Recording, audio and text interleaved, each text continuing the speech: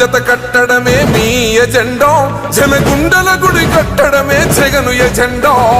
బలిరా బలి బలిరా బలిరా, పులి వెందులలో పుట్టిందా పులిరా.